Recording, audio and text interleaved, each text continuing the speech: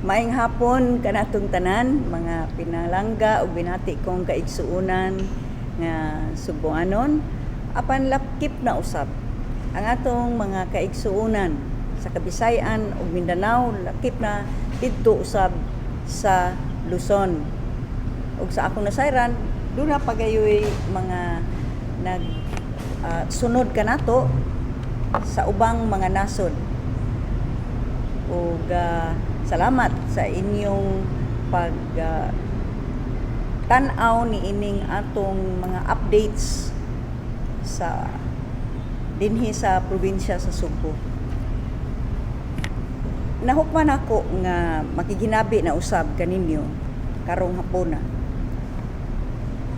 Tungod kay adunay mga kinahanglan tingali nato nga ipaklaro alang sa tanan ug masayod ang tanan, kay sigon sa inyong feedback nako mga pinalangga na kung Cebuanon, nagpasalamat mo nga nibarog kining inyong gobernador si Gwendolyn Garcia alang kaninyo nga walay mga tingog, dili maka-impluwensya apan maoy nga igo ug mga pulisiya nga usahay dili na makatarunganon.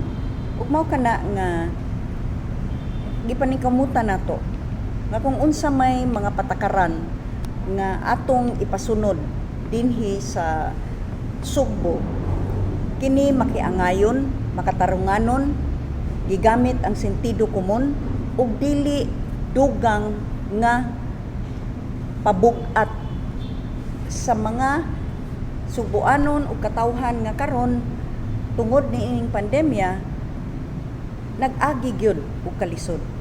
Dili angay nga pun-an pa nato ang ilang kalisod. Sa atong mga OFWs o ROFs, kamo nasayod ni ini nga dunay bag-ong patakaran nga kamo papaulion, inig-uli ninyo sigon sa bag-ong patakaran sa IATF, kinahanglan nga i-quarantina usa mo ug napulo ka adlaw sa hotel ug unya dili usa mo iswab sa ikapitong adlaw na mo iswab. Kung mogawas nga negatibo, kumplituhon ninyong napulo ka adlaw ug diha pa makauli na mo para mag home quarantine ug upat pagyud ka adlaw. Nakita ni nato nga una sa tanan mura og bug-at kaayo. Una sa tanan, ang kadaghanan sa atong mga OFWs ug mga returning Filipinos mubo ra kaayo og panahon kay dunay giuli nga emerhensya, dunay giuli nga kinahanglan atimanon gyud dayon ug busa ang ilang break nga gihatag anaara sa mga duha ka semana o tulo. Kung kuhaan panig napulo ka adlaw nga tua gi-quarantina sulod sa hotel ug sulod ni anang napulo ka adlaw, kung doon na may miyembro sa pamilya nga ilang giuli kay naglisod na ug naningkamot na lang nga makaabot pa sila apan sulod sa napulo ka adlaw mutaliwan na sa laing kalibutan, bug-at kaayo ug sakit kaayo kana along sa atong mga kaigsuonan. Ug dili ni eksepsyon, kadaghanan ni ini mao gyud ni.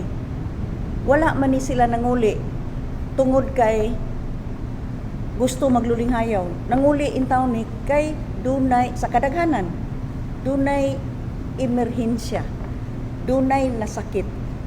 O kaha adunay namatay, buot niya nga makatambong pa dayon paglubong. Ang paghipos o kaha-quarantinag na pulo ka adlaw kung mao kana dugang nga pabug-at sa atong mga kaigsuonan. Ug mao na nga ningon ko kita buhaton nato sa Cebu i-test anang primerong adlaw pag abot gyud. Kay kung adto na pud ka sa ikapitong adlaw mo test,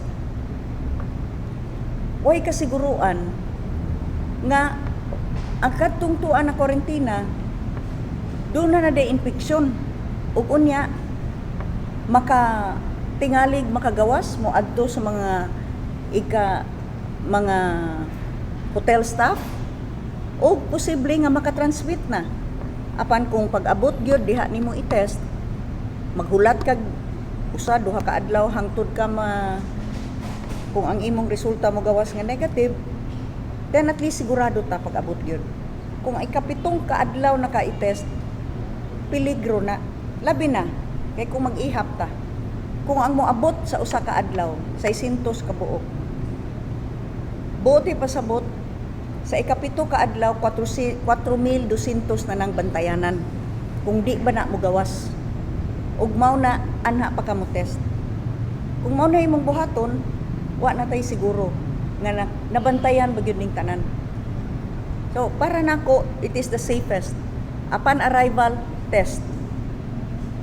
Unya keep them for until mugawas ang resulta ug unya papaulion. Adto na mo kumpleto sa iyang home quarantine. Diri sa Cebu ang atong gihimong patakaran sa ikapitong adlaw pwede i-test ninyo balik. Iswab og balik. Kay mao man na ang bagong patakaran nga sa 7th day na. Gani nining paagiha double swab pa ta diri sa Cebu. Ato sa dinahukman nga moy atong buhaton nga papaulion human sa duha ka adlaw. Kay wa na tay rooms. Tungod lagi kay dugay kaayo na aprubahan ang multi-use nga request sa mga hotels. Dunay niingon nga di kuno na tinuod. Well, karon magpakita ko sa kamatuoran nga ang available rooms nato katong una na kong pag-issue o executive order diha ras mga 2,500. Ngano man kay dugay ra unta to. January 8, 2021 ang HRAC nisuwat ngadto sa DILG kang Director Trovela. Nihangyo nga tugtan ang multi-use unta. Aron makaabli og dugang nga mga rooms. Ang Regional Interagency Task Force ni pagawas og resolution ni adtong resolution number 28 ni adtong January 7.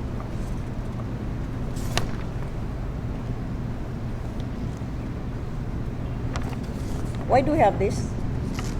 Mao ba ni? Dili man ni mao. This is, as I said, it should be about the request for multi-use. Anyway, nipagawas og resolution kabahin sa protocols nga bag-o nga on the 5th day na. Katong sa una, 5th day man to ang testing. Tungod ni ana kay 5th day, namiligro na ta bisan kung 5th day. Kay gamay ra man tag rooms, 2,000 kapin ra man. Mao na nga ni request nagpadala og memorandum. Is this chronological? Nagpadawala og memorandum ang Regional Director sa DOT ngadto kang Attorney Edwin Enrile, Chief of Staff, Undersecretary Legal and Special Concerns, kang ASEC Roberto Alabado, OIC, USEC, Tourism Regulation, Coordination and Resource Generation, o kang Christopher Morales, OIC, Assistant Secretary, Tourism Regulation Coordination, o Director Virgilio Magigad, Office of Tourism Standards. Follow-up subject. This was February 11, ha? February 11, 2021. Follow-up on the request for consideration to allow mixed use of accommodation facilities with the capacity to handle such. Pointed out here, we would like to make an earnest appeal for the consideration of the said request of our stakeholders. which we have attached. This is a viable solution to enable us to absorb the returning overseas Filipinos, as well as provide opportunities for our accommodation sector to operate on a higher occupancy rate. Already at that time, it was already foreseen nga katong 5-day pa lang gani nga kinahanglan they have to be swabbed on the 5th day. They stay for a maximum of 8 days. It was already foreseen that we might be running out of rooms kay lagi tungod kay wa gihapon gialaw ug wa gi-act upon ang request for mixed use which was long ago sent. Jutay ra nga mga establishments ang nisugot nga gamiton nga quarantine hotels. Then again,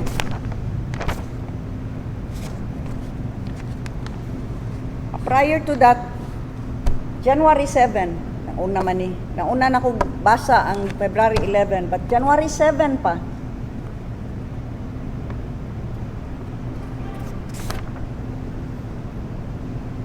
nag-point out na nga i-allow gihapon ang mixed use. In all of this, you can later on look at it, no? Hagbayra. That is why ang Regional Interagency Task Force, February 19, this is the most important. February 19, ang Regional Interagency Task Force 7 wrote on February 19 to the Honorable Bernadette Romulo Puyat, Secretary, Department of Tourism. And in this letter, signed by Director Yocadio Trovella, Regional Director and Chairman of RIATF. This letter states that this has reference to the discussion of RIATF 7 during its 31st meeting, February 11, to review the tourism guidelines in Cebu, including an option to its members to classify their establishments as purely a quarantine hotel for domestic leisure or a mix of quarantine and domestic leisure.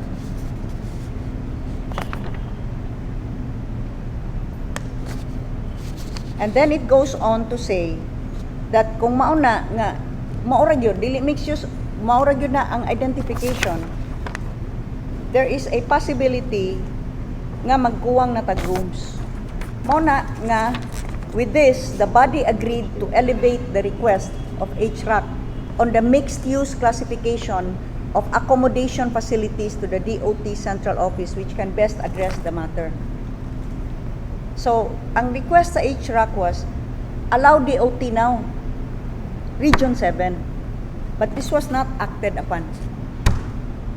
Diha na, if you would recall, when we had this emergency meeting, nga ang MCIAA ni-announce na nga musira sila. Di ba? Because we no longer had rooms. 2,000 kapinra. Unya, hapit na. Ma-full capacity. You were present then. Yusek Densing was present.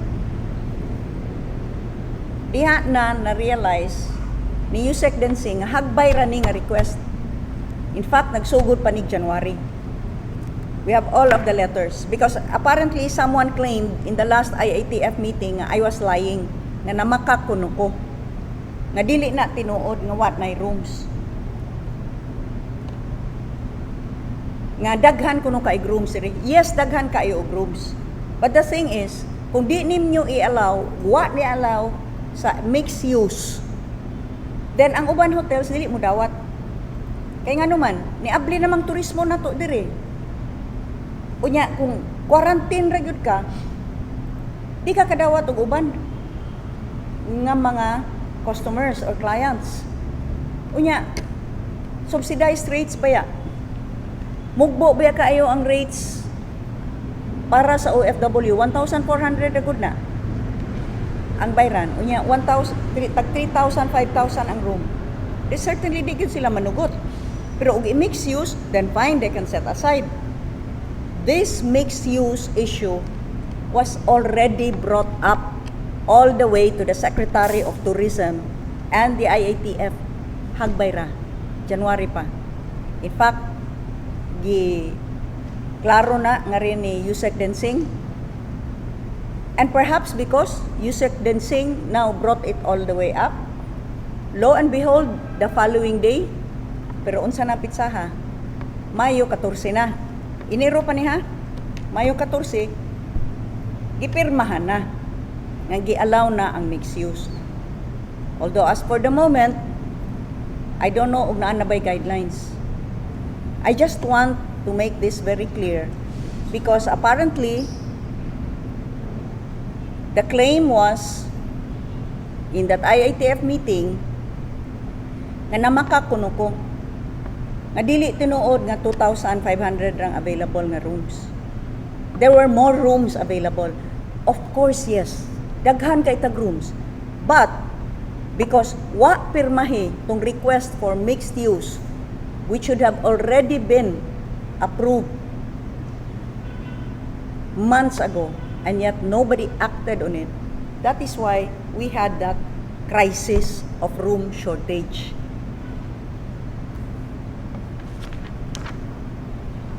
This is certified by Regional Director Shalimar Tamano. You have the total number of rooms as of May 25. It has now gone up to 2,734. Kay sigig paningkamot nga naapay mo puno. As of May 10, it was 2,406. So, at 2,406, if you are going to keep, bisag tag 300 lang mo abot. And that was what happened. If you are going to keep them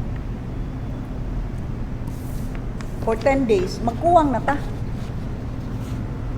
Kay mo abot na mag-3,000. Unsao man nato ana. In fact,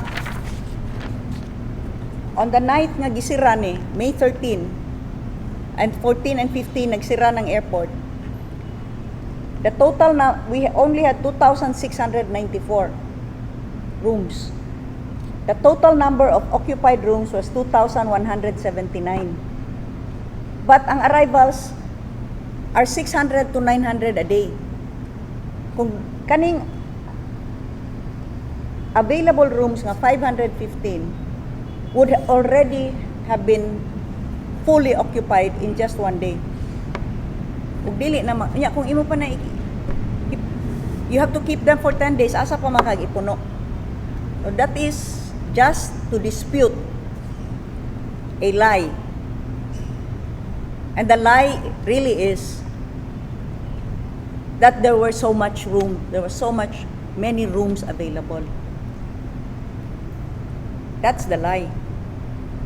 Dili ako ang namakak. Nahibaw ka kinsa kang namakak. And we have the correspondence and the data to prove that ikaw mo namakak.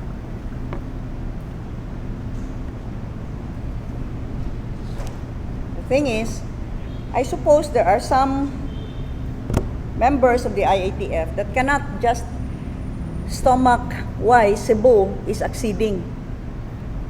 Ang ato nini mga Cebuanos, you want a swab on the first day, you wait for the result, then you go home to your LGU. Kung negative ka, you could continue the rest of your 14-day quarantine at home. Why? That's less expense to OWA, pero sige lang, moingon, matubag to si Yusek din siya. Anyway, national government mo bayad, yes. Pero ato na taxes, ha? Those are our taxes that are being used to pay the OFWs made to stay for 10 days instead of 1 day or 2. On the other hand, ang mga returning Filipinos nga dili OFW will have to pay the standard rate from 3,000 to 5,000. That means they will have to pay 50,000 for 10 days. May namalang unta ng 50,000 mahatag na nila sa ilang pamilya nga giulian. Nga nanguli sila kay dunay emergency. O kung dunay emergency, nagyunay bayranan. But kinanglan mo sunod gud kuno ko. In fact, there is already talk nga i-show cause kuno ko because I'm standing up for the Cebuanos. Na moingon ko katong mga non-Cebuanos nga mga bot dire. I-test pod upon arrival. We are finding that it is really working. That is safer in fact. Mas risky tong ikapitong adlaw na ninyo ipatest. So ang mga non-Cebuanos pareha i-test. Maghuwat sa resulta. Kung negative, paulion sa ilang probinsya or ilang syudad and subject themselves to the protocols of that local government unit. Because this must be a shared responsibility. Dili man ni sila mga Cebuanos. Nganong ari man ninyo ipakorantina? Di ba? So far, mabitaw ng kada LGU doon na iyang kaugalingong isolation center. Kaya ang magtaganaga adto nimo i-isolate ngadto sa Miglanilla. Ang magtaga Cebu City adto nimo i-isolate sa Santander. Adto nimo i-quarantena. Katong panahon nga ng quarantena pa ta, shared responsibility to each his own. Mo nang ang niingon ko katong mga non-Cebuanos inig abot dire magpa-test inig gawas nga negative, then immediately paulion within 72 hours.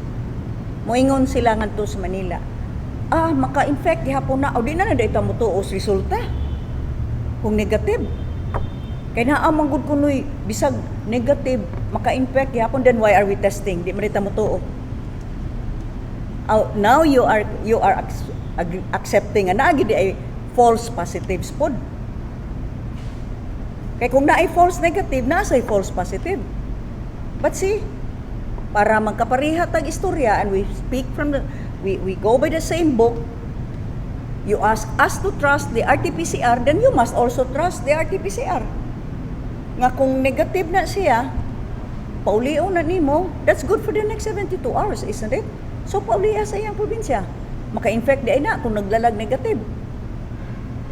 Nya adto dito na kung gusto ang kanang ilang ang chief of executive dito nga i-isolate, ibutang sa hotel, ila na, di na ko manghilabot ana. But even the president of the LPP, sige og tawag nako. Kay lagi there are two secretaries that are really so much against me. Makatag-an na gud tingali mo, pero katong kabahin nga namakakuno ko nga kuwang og kwarto di atanan ha. O nganong nagkuwang ni kwarto dire tungod kay wa gyud mo act upon the request for the mixed use unta nga policy for our hotels that would have added more rooms and we would not have had to close the airport. So next time that you tell a lie, be sure nga walay correspondence and walay mga klaro nga figures that will prove the inaccuracy of your statement. Now, well, you know, the president of the LPP was called, kay they would really want me to suspend my EO. Kaning atong EO, gisuportahan na ni og provincial board ordinance. In fact, as a compromise kay kita tanan all the mayors ba sa tri-cities o sa province, we adopted the one island policy supporting the EO and the ordinance. As a compromise, I offered kung mauna kay ipa-suspend ko no kung 15 days. I said that is not me, and besides, how can I suspend a provincial board ordinance? So sa compromise, gusto mo i-divert na lang tanan flights for 15 days ngadto sa Manila. Kay wa man ko'y power dito. Pero di lagi gyud kay kinanglan man gyud ko nila pasundon kay defiant kuno ko. Dili man ko defiant. Please do not call me defiant. I am just trying to reason out with you. Mo magalit to si Yusek Densing when he heard all of the inputs at yung emergency meeting nga among gihold dire, he understood. He himself said, this is an innovative way of adapting the policy. Because those that make policy din sa Manila, wa man mo kabisita diri, wa man mo kakita og unsa gyud sitwasyon. You have not even talked to the OFWs and the returning Filipinos. You do not know why they are coming home. You do not know if they have enough money to pay for the hotels. And besides, kining among sistema diri agreed upon by all regional directors, including the DOH. I am not defiant.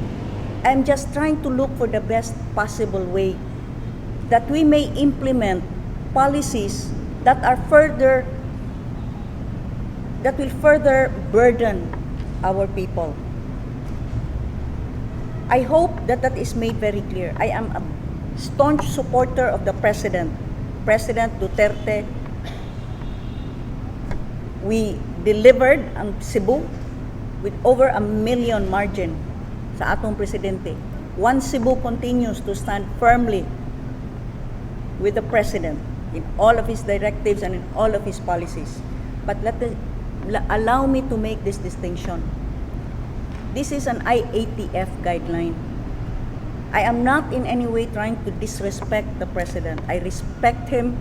He is my President. But this is an IATF guideline that has such huge impact on our OFWs and ROFs.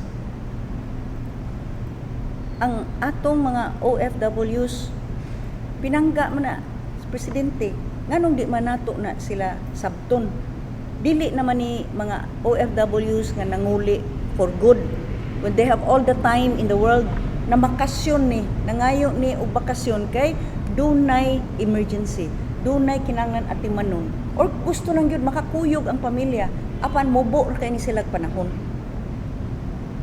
Ang atong mga returning Filipinos mausad ang rason. But it's worse for them kay sila may pabayron sa hotel. Unya, lisod na baya kayo yung kahimtang. Whether tuwa sila sa gawas, labi na ilang pamilya diri nga naglisod. Dako na kayo to gamit ito. Imbis ibayad sa hotel, ihatag nila sa pamilya. I just want, unta, to set the record straight. So kaning president namo sa LPP, former Justice, Supreme Court Justice, Presby Velasco, kept on testing me. Nga lagi ko no, Secretary Harry Roque and Secretary Menardo Guevara are considering taking legal action against me. That's in the text. They will take legal action against me. And, well, ako lang pangutana, what crime did I commit? What law did I violate? I have been invoking Section 105 of the Local Government Code, that is the law, which gives the Secretary of Health only up to 6 months to define the health protocols of a local government unit that may be extended but only with the concurrence of the local government unit. These are IATF guidelines. The IATF is a creation by an executive order then issued by then President Noynoy Aquino. EO 168 that created the IATF.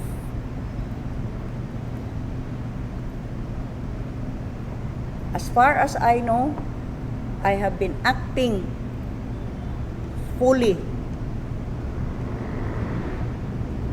in conformity with my responsibility as governor of this province, tasked to look after my constituents in this province. So, I am talking to you, kamo mga Subuanon, sultian ta mo.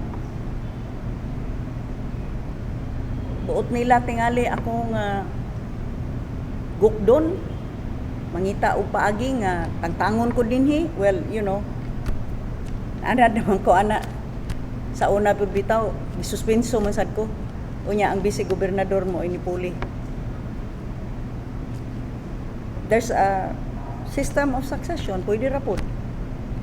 But ako lang, I will still go with my head held up high because I did so in defense of the Cebuanos. And I still believe, gikamupod ko og pamilyang mga abogado, wala ko, I am not defiant. Wala ko'y balaod nga gisupak. Gani, ang balaod nga akong gipakita, ang local law is our provincial ordinance o ang atong local government code, section 105. IATF are guidelines. That is why you call it IATF guidelines. It is not IATF laws. Unless you change what has always been the issuance since the beginning. It's always called the IATF Omnibus Guidelines. It's a guideline.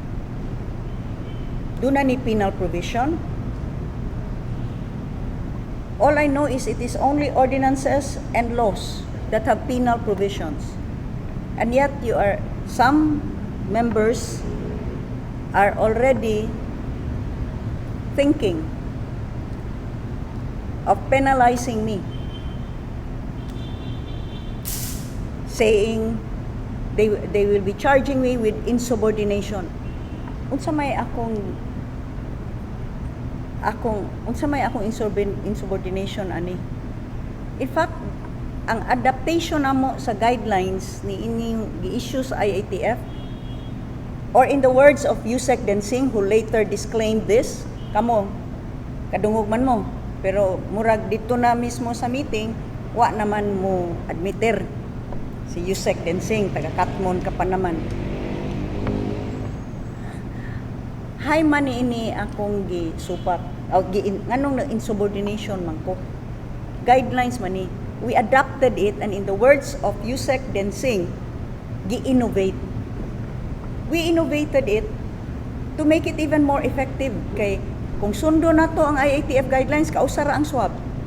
Pero ang ato paagi diri kaduha. Pag abot gyud og sa ikapitong adlaw, double swab ta. Pero gi-recognize lang sad nato nga kanang mga nangabot dinhi nga OFWs o returning Filipinos, dili intaw na mga robots, dili na mga kargamento, mga tao intaw na, nga duna intaw mga pamilya, ug dunay mga problema. Mauna nga atong gi-innovate, nga kung mahimo, adto na sila mo kwarantina sa ilang pamilya. Total, kung mo qualify ang ilang homes, and most of this will always qualify, mamonitor man ni sa atong BHERTS, which is very strong here. I don't know about NCR or the other places, pero we have a very strong monitoring system here. Then we recognize that these are human beings. Mga tao, nga angay lang pod ato tratuhon nga tao, nga dunay pamilya, dunay mga problema, ug makamausang musakit.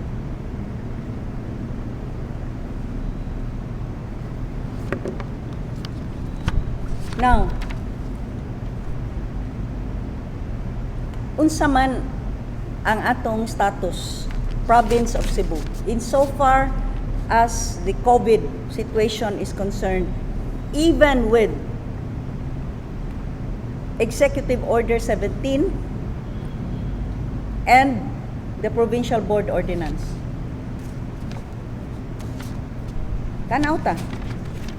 Ay nalaning DOH bulletin, which shows, again, COVID with 1.69% mortality. Ang nangaayo, 94.2% na. Very high recovery rate. And yet, mag-inistrikto ta, grabe kaayo nga, daghan kaayo yung nangakuan. Sige lang, Province of Cebu, as of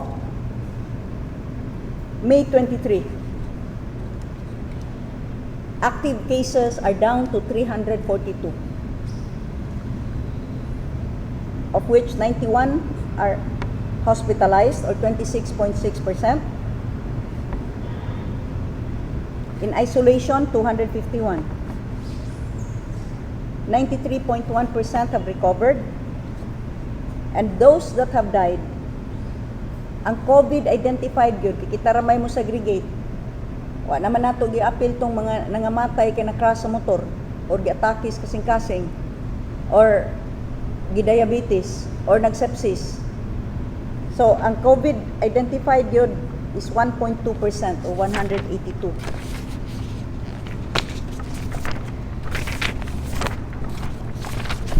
I'd like to go directly. Pantanganan lang ng mga deaths. You go to monthly new positive cases. Gikan sa April 2020 to May 23, 2021. Para you can see the whole range. We started last year, April, with 27. At one point, in July 31st, we reached as high as 2,149 on a weekly basis niya. Unya, nagkanaog. You can see the graph. Went down to as low as 163 in December 31st. And then isaka na sa ta. Saka, and we reached 2,669 by March 31st. Sa total ni nga mga positives. Unya, nihinay, nang naog na po ta. By April 30, we went down to 1,731. No, by monthly day ni. Sorry. On a monthly basis. So, on the month of April, we went down to 1,731. Unya, karon from May 1 to 23, we are down to 617 new positive cases. Look at the graph. From April 2020, musaka, mukanaog, musaka, mukanaog. Because that is the story of COVID. Like other diseases. Di ba doon ay mga buwan nga musaka ang dengue? Doon ay mga buwan nga flu season, awa naman day flu ron. Awa na. That is the nature of infectious diseases. Musaka, mukanaog, musaka, mukanaog. Right now, as of May 23, we only had 12 new cases in the province of Cebu. Now, we were the first to talk about active cases. Okay, it does not help magsige na ng tag-ihap cumulative total. Hasta pa tong na COVID last year, i-appeal pa nimong ihap sa karon. Bisag dugay ra nang naayo. So, ang active cases is the total number of cases minus deaths minus recoveries. We started this year lang. From 158, we went up to as high as 1,290. March 21 to March 27. Active cases. Then from there, nanaog ta. Down to 448. And now, by May 23, we have 342 active cases. When my EO, and this is important, EO 17 was first implemented on arriving passengers nga diha gitesting dayon nato. Ug sa pag-test nato atong ipaadto sa hotel maghuwat resulta kung negative ipapauli March 31st to nga na effective ang EO. Atong March 31st ang total nato nga active cases was 1,057. So kada tong March 31st, nagsigitag kanaog. By May 2, we were down to 448. And now, we are down to 342. So sigitag kanaog. Despite dire predictions, nga bisang kuno og gitest lagi, unya negative na, makadagi hapon kuno nagsakit. Di na lang tamutuo aning RT-PCR mao ngano i-test pa man nato. Because that was the reasoning. Nga di ko no pwede nga inig-abot i-test nga inig negative papauli ang probinsya, maka takod ko no gihapon na ko din ay na i-test pagka 7th day di ay mao na. Then we do not be, let's agree. Will we believe or will we not believe in the RT-PCR? Sama mo tuo ta dili. So, this is the status of the province of Cebu. Now, I ask you, medical experts, explain this.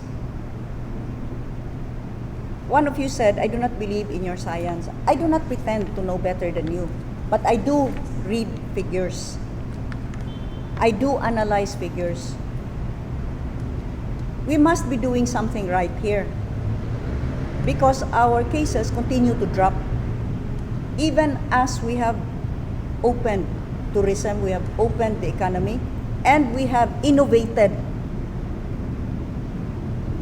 the 14-day quarantine period that you have now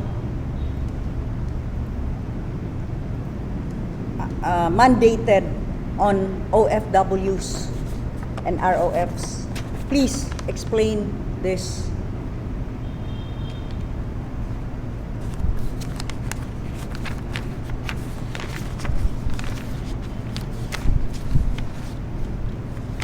At any rate,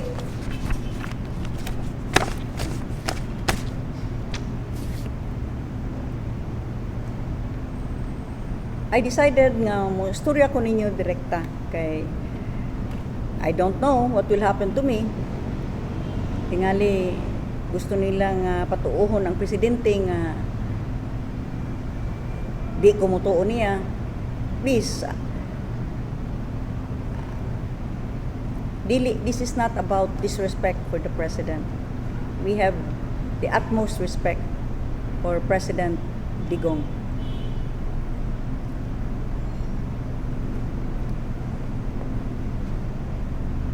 I am just exercising my duty, fulfilling my duty to the Cebuanos, especially as regards certain IITF guidelines that would add further burden to an already suffering people. If you would just care to analyze how we do it over here in Cebu, where apparently it is working because figures don't lie, then you would see that we are still conducting the utmost safety and health protocols. In fact, we are going beyond the required 7th-day swab because that's a single swab.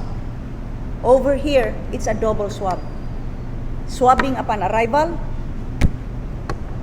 and then another swab on the 7th day. The only innovation there is, for Cebuanos, please, let them go on home quarantine.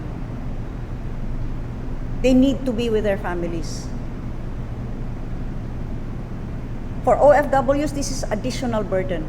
Yes, it's the OWA that pays. Does the OWA have enough money now? Kung kaniadto 2 days sa usa ka OFW ang gastuon kung tagwagan 1,004, 2,008 ra sa usa ka OFW. Kung imo na 10 days, 14,000 na sa usa ka OFW. Sana po 140,000 sa usa gatos 1.4 million. And it's not just 100. 1,500 na every day. And that's taxpayers' money. Ang ROF, returning Filipino, ang non-OFW, sila intaw magbayad. Ug di malalim, pabayron kag 30,000, 50,000. Kung ang imong kwarta, igo-igo ra gyud, may naman lang unta na makapuno-puno sa panggastos pamilya o panggastuanan tungod kay emergency. Mga tao intaw ni sila. Dili ni kay mga ekwipo o kargamento o mga figures lang nga inyong giihap. Dunay kinabuhi sa matag numero diha. ug dunay pamilya sa matag numero nga inyong giapil dihang ihap.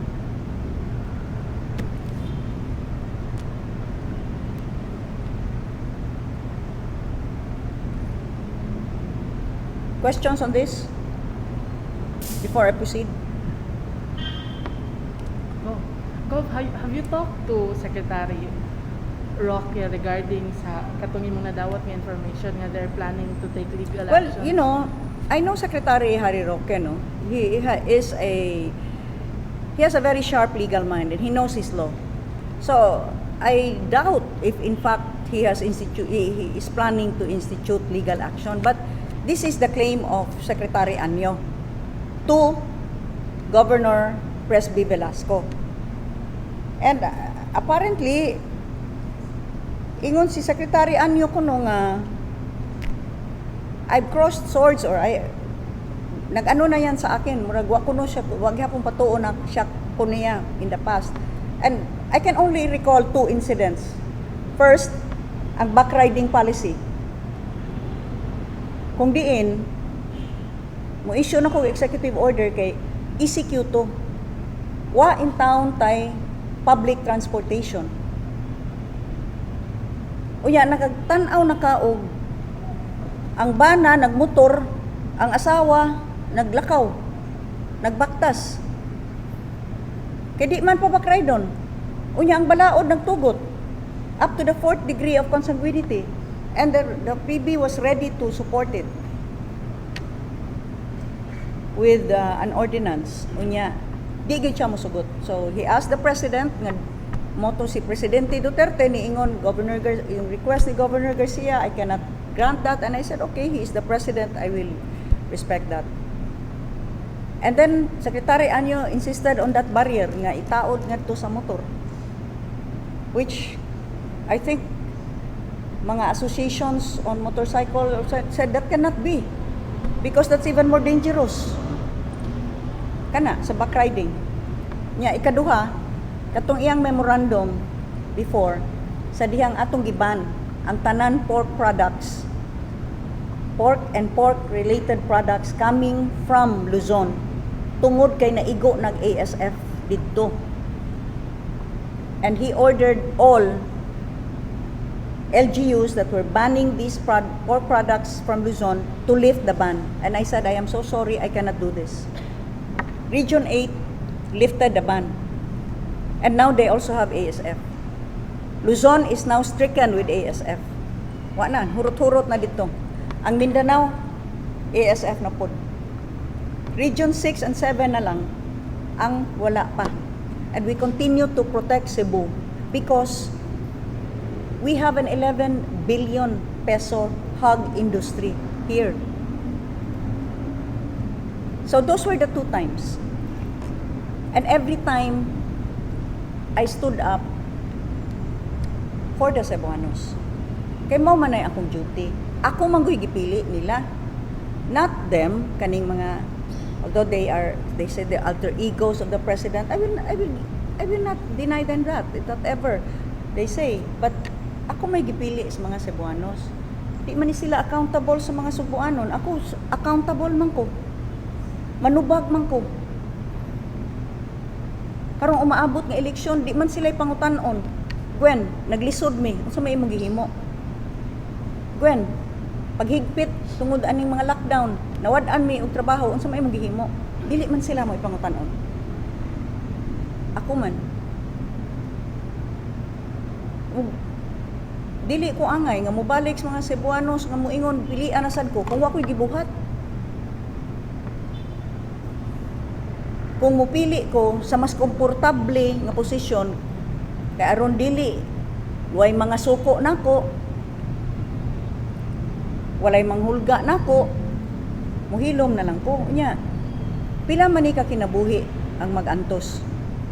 Mga tao nga way impluwensya, dili mga poderoso, walay poder, igo na lang mo antos kisa may mutabang nila. It's my duty.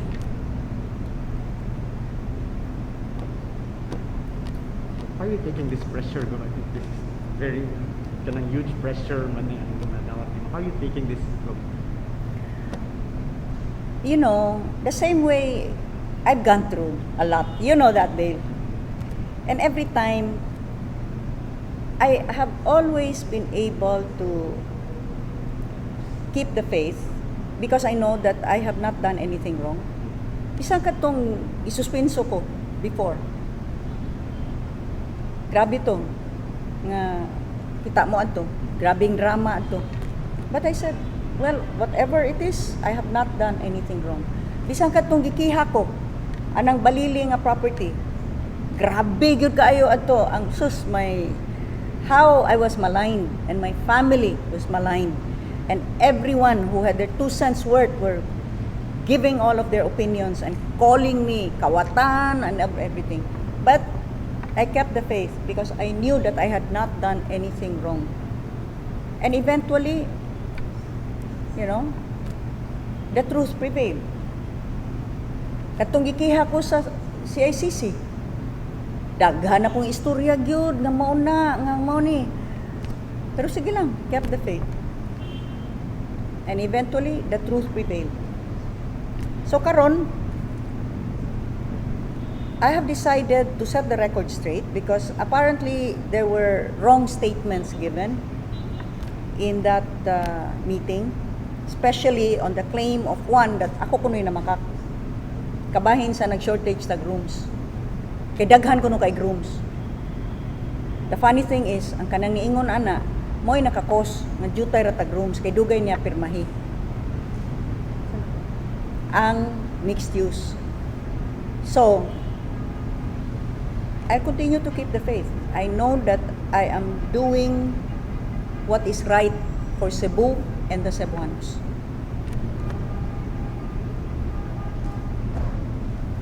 Okay, last? Wala na? Wala question? Pero it was a text message from Sent the by- Did you post it? Oh, kita. kita. Ipagawas. Lagi, di mo kita. Di mo kita sa... Wala man gawa. Dili mo gawin din ha. Nga naman. Dili siya connected na kay sa ako pa na. Ay, that was the one. Oh, it came out in live, sa live. Ipagawas. Pangitaig, hay man inyong kwan. Sa It was a text message from Governor Presby Velasco Marinduque. He is the president now of the League of Provinces of the Philippines. And apparently, Secretary Anyo talked to him or communicated with him regarding our EO here and as vis-a-vis Resolution 114. And in one of the text messages from Governor Presby, that was the statement na Secretary Harry Roque and Secretary Menardo Guevara were going to take legal action against me, as claimed by Secretary Anyo.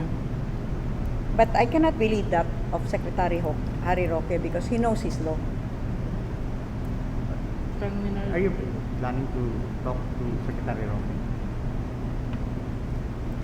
I do not want to compromise him. But I'm just saying, I've worked with Secretary Harry Roque in the 16th and part of 17th Congress. And he was one of our legal luminaries. He knows his law.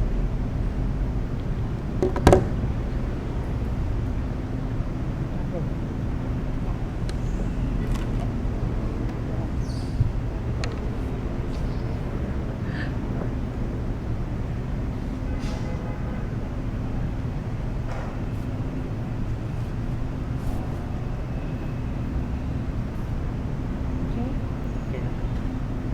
Verified na.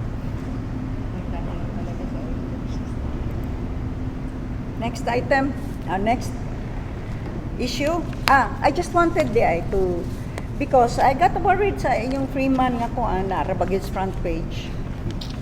Nga kadto kuno misaka kuno ang case sa Cebu City, unya tungod kuno na wa magsulog mask. Well, bravo gisunod-sunod itong tanan nga nga positive no, gitinanaw og nagmask bagwa. But at any rate, kanang kay I've been reading it nga sige statement in Sunstar nga saka kuno ang cases. You see, as I showed you in the graph, musaka na manaog. Musaka manaog. That is how diseases operate. Okay? But the important thing there is, can we manage it? Ma-manage ba na nato? Because, you know why I am taking pains to explain this? Because I do not want someone up there who is hoping and praying that our cases will increase to pounce upon us and say, you see? Tanawa? Kita nyo na? Oh, I told you so? Okay. So, before we keep on harping about cases rising, okay, in the province, it's quite clear, sige naog atong cases. But, we expect, kung musaka ang Cebu City, kay sige man taog, kanang, interact, Cebu City and our other LGUs. Musaka sa ng Cebu Province. Now, can we still manage? Kay ang problema dihag dili na, ma-overwhelm ta. So I asked for the occupancy rate, ang CCUR, critical care utilization rate. That's the most important. Do we have enough hospital beds? For those that are moderate to severe and critical. Kay kita manggod diri, unlike other places, kibaw naman ta, doon na naman tayo klarong referral system. Dili porke giubol lang kagamay magpa-ospital na ka. Dili porke gisip-on lang ka, lain imong paminaw, diretso kag pa-ospital. You're just going to overwhelm the hospitals. Doon na tayo klaro nga referral system. For mild cases, there are some remedies that you can take at home. Or you can go to isolation centers. So, in the entire Region 7, ang bed occupancy for the entire Region 7, these are the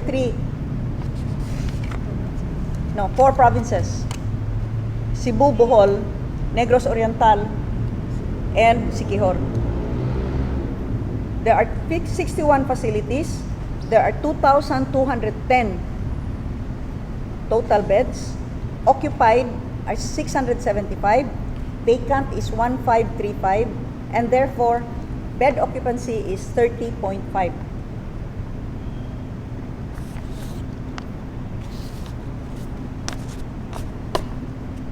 For the province of Cebu, total, there are 37 facilities, and this includes the other private hospitals in the province. So we have total bed capacity of 1,589 per figures of the DOH. Of the 1,589, total occupied is 378, vacant is 1,211, or at 23.8% occupancy. For the city of Cebu, where we keep now hearing for the past 2 days, someone talking about sigigsaka kunong kaso. Yes, nag-rise man sila. That's true. But, what is the bed occupancy? For the city of Cebu, that's 929 total beds available out of 15 facilities. Pila may occupied? 191. Ang vacant, 738, or a 20.6% occupancy. I just want to set that record straight because I already know where this is leading. If every day magsigig istorya ni saka nami, then this is exactly what some people are waiting for to pounce upon. And I have to speak out because we do not wish that certain misimpressions will be made a basis for their scientific policies.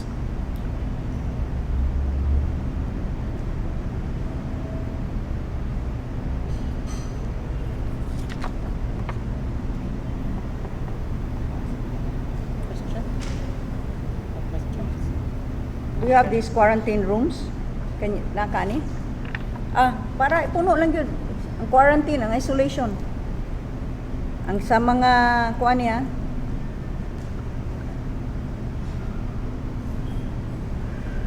these are already the available Different from the as of today. Lahi ni, para nis mga arriving. Ay na lang ni, manaman ni.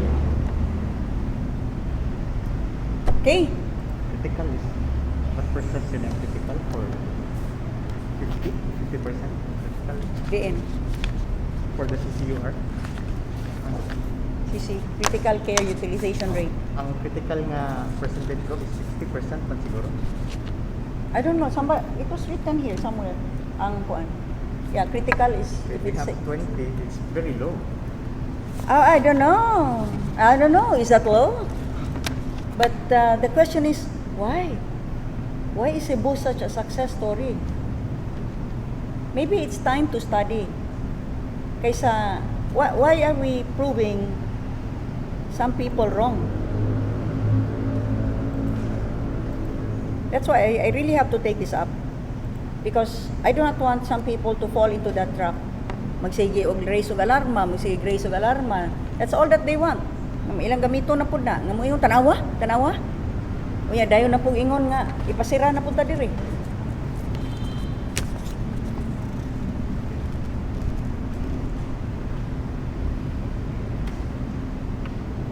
Okay. Third issue. I am not running for senator. Repeat. I am not running for senator. In other words, I am running for governor again. Repeat. I am running for governor again. I thought I had made myself clear that I am not interested in any national position. Unsaon pa man nako pagsulting nga mutuo mo. Niingon ako, lisod biyaan ang Cebu ni ining panahona. Labi na kay ang pandemya nakaguba sa atong ekonomiya. Punan pa nga dunay ubang mga pulisiya nga mosamot og hatag og kalisod o pag-anto sa atong mga katawhan kinsa man ang mubarog para sa Subo o sa mga Subuanon. Magpabilin ko diri sa Cebu kung gusto pa mo nako. Kana kung gusto pa mo nga mapadayon kog alagad ninyo. Ako gusto pa ko mo alagad sa Subo ug sa mga Subuanon. Kining grupo nga pasiugda aning Gwen for Senator nga movement, abi man to nako o giklaro na nako og tubag nga dili ko mudagan og senador. Dagan lagi ko balik pagka gobernador. Apan wa ko masayod nganong ni gasto pa man in taon ni sila panghimo og mga tarpulin.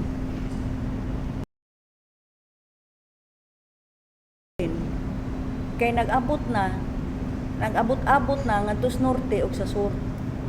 Dako-dako na taon ang gasto ah. Ayaw in taon kusik-kusiki ang inyong kwarta. Kay wa gyud mahitabo sa inyong tinguha. Wa ko masayod nganong gusto gyud mo nga mobiya ko sa Cebu. Tingali ni tuog gyud mo nako, tingali. Ngayon ko masenador, pero ako kay ako may mo desider ang akong pagtuo sa akong kaugalingon kinahanglan kumudagan og balik pagka gobernador. Ako man na desisyon.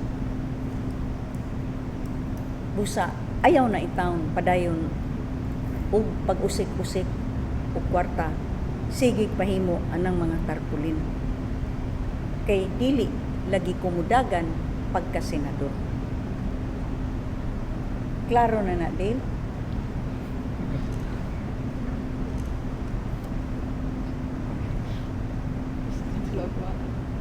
Presscon, they will be hosting a Presscon tomorrow.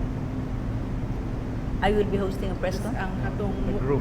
the group, Mag-presscon sila? They are inviting media to attend. I don't know what they intend to happen ba. Apparently it's a well-funded group kay na may nanghimo ani mga that's not cheap ha. Manghimo ana mga tarpaulin. Pero lagi ba istoryahin na gud mga Cebuanon man taba kamo bitaw ang grupuha mo Cebuanon man sad mo.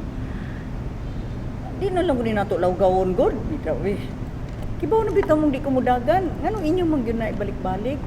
Salamat sa inyong pagtuo nako nga angay ko mga senador. Salamat gyud kayo ana. Flattered gyud kay ko. Tinuuray. Nilupa gyud akong atay ana.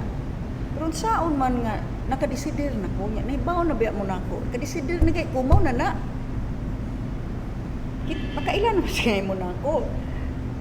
Sa atong mga pulisiya wa man tay atras abante. Kung doon na natay gibuhian nga pong barugan ta na. So I just hope no nga magkasinabot ta. Undangin na taon na. Kay dili lagi kong dagan. Wa sila kita ni mo gov in person kiningan mo sila na seek sila og audience ni. No, I have not seen them. You know, I initially thought na mutuo na sila ba? Unang what? I had na wa na ko naguna-una nga kinahanglan pa may magkita kini tubag naman ko. Unya karon na unang pagawas na may og mga tarpaulin hay ko. They also posted sa CACC Gov yung ipatangtang ninyo or are aware mo nga na ay natong mga I saw a sa picture. CACC. Ay ni kuha picture ana. I don't know na pa ba na. But I would encourage my supporters katong gusto nga mudagan pa kog balik pagka gobernador, especially kung kani nga mga tarps wala ni mayor's permit, kinahanglan man nag mayor's permit, di ba? I would encourage my supporters nga tabangi ang lungsod sa paglimpyo sa mga kuan sa environment.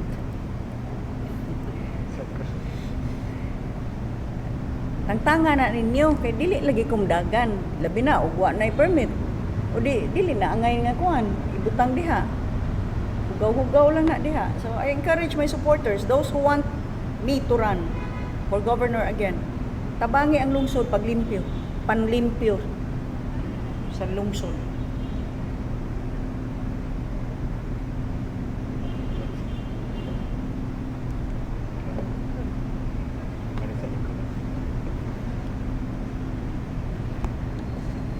Okay, wala na. Okay, closing. So in closing, salamat kaayo mga pinalangga ug binati kong mga sukuanon ug uban pa nga naminaw kanato karon. Ako naaghat sa paghatag ni ining maong live press conference kay nasayod ko nga angay gyud klaruhon nato ang tanan. Lisod o tuison ang kamatuoran. Ug ang kamatuoran mao nga naningkamot rata diri sa Cebu. Paglaban sa mga Cebuanon. Pagtabang sa mga Cebuanon. Kini atong gibuhat pinasubay sa balaod. Ug kini atong gibuhat samtang nagpadayon ang atong dakong respeto ug suporta kang Presidente Rodrigo Roa Duterte. So dili ni nato i-confuse. Sa akong pagsabot, pagkakaron IATF guidelines kana. dili pa kana balaod. Be that as it may, gisunod nato, ni-innovate lang ta. In the words of Yusek Epimako Densing, who hails from the town of Katmon, hinaot unta nga barugan nimo ang imong gisulti diri. Gi-innovate nato, first of all, for safety purposes. Because we find it safer nga upon arrival is swab. Second of all, for humanitarian purposes. Kaya kani mga nanguli in town, bubo ra kay panahon na ilang mahatag sa ilang pamilya. Third of all, for financial reasons. Kaya it is an added burden, pinansyal, sa mga nanguli nga mga Filipinos nga non-OFWs nga kinahanglan mo bayad og napo ka adlaw sa hotel. Kung OFW, dili nato madali-dali og ingon. Sige lang kay OWA mo imubayad. Kay kini paagiha nga napo ka adlaw gyud butang nimo sa hotel, OWA mo imubayad. Ma times 5 ang bayranan. Gani karon wa kabayad ang OWA sa mga hotels. Nakadtong tagurha tagutlo ra ka adlaw ang istar. Ug unsay ibayad ani? Taxpayers money. Ato gihapon na sa lapit. So nangita tagpaagi. And I believe ang atong paagi dinhi sa Subo, kung ayuhon lang ginunta na ninyo una-una, di lang ninyo i-appeal ang inyo bang hurt pride. Kay wa man ko musulay ninyo. Naningkamot lang ko para sa mga Subuanon. Kung ato gining analisahon og maayo, nisunod ta sa inyong paagi. Gipunan pagali nato. Kay instead of a single swab on the 7th day, double swabbing ta. Pag-abot, ug unya on the 7th day. Ang innovation lang nato, katahon nato ang atong mga OFWs o returning Filipinos as human beings who have families. Tagaan in taon nato silag panahon nga mahibalik sa ilang mga pamilya sa mubo nga panahon nga gihatag kanila nga makauli. I hope nga magkasinabot ta. But if not, if I were to gauge sa mga threats nga ako nang na dawat, then so be it. I believe that I am doing what is right for Cebu and the Cebuanos. I believe that I am abiding by my sacred oath to the Cebuanos who elected me and to whom I am accountable, not the unelected, but this elected, duly elected governor of the province of Cebu. Now, tunta, nga kamo karon nga nagtanaw kanako, kuyog sa inyong tagsatag sa kapamilya o kauban kanila inyong matagamtam. Nga pagkaanindot pa di ay gihapon sa kinabuhi. Kung adunay pagmahal o paglaom. Paningkamutan ko kanunay nga sa probinsya sa Subo magpabiling hayag ang paglaom. Daghan kaayong salamat ug maayong gabi kanatong tanan.